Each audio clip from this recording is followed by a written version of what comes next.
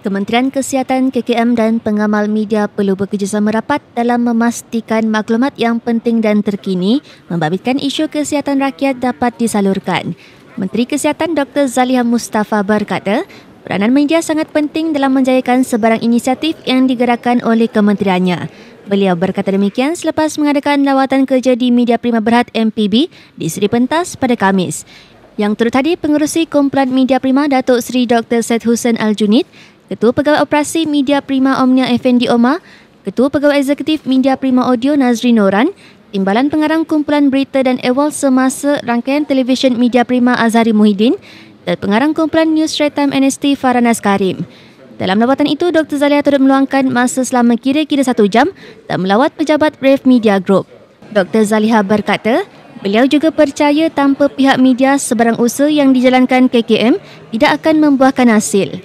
Saya pun dah dalam masuk ke kementerian sudah sekian lebih daripada 3 bulan dan saya rasa dah tiba masanya untuk saya menjalinkan kerjasama yang lebih erat dengan media, dan kita tahu kepentingan media dalam menyampaikan maklumat kepada rakyat, kepada mereka-mereka di luar sana, khususnya Kementerian Kesihatan Malaysia.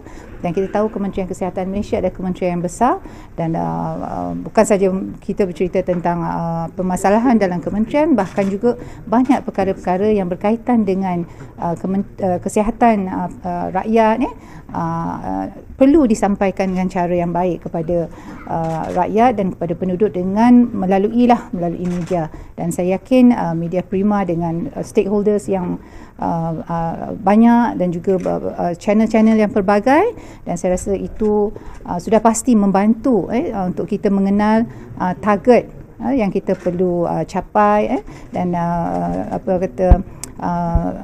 yang kita nak sampaikan tu lebih mengenai dengan mereka yang harus tahu tentang pelbagai-pelbagai input ataupun pelbagai berita yang kita nak sampaikan tentang kesihatan kepada rakyat. Tadi saya dah dengar taklimat daripada Media Prima, dan kita dah nampak dah dekat mana kita boleh bekerjasama, bagaimana untuk kita bekerjasama, cara bagaimana kita nak bekerjasama, apa maklumat yang kita nak sampaikan, khususnya dalam masa-masa yang terdekat, khususnya dengan dekat kita pun berhampir dengan parlimen dan sebagainya, sudah tentu banyak isu-isu, dan kita akan bawa juga, contohnya kita akan bawa rang undang-undang, juga kertas putih yang kita akan bawa, kertas putih kesihatan, dan sudah tentu kita memerlukan media dan khususnya Media Prima untuk membantu kita dalam menyampaikan maklumat kepada rakyat tentang apa yang kita nak bawa dalam kementerian, insya-Allah.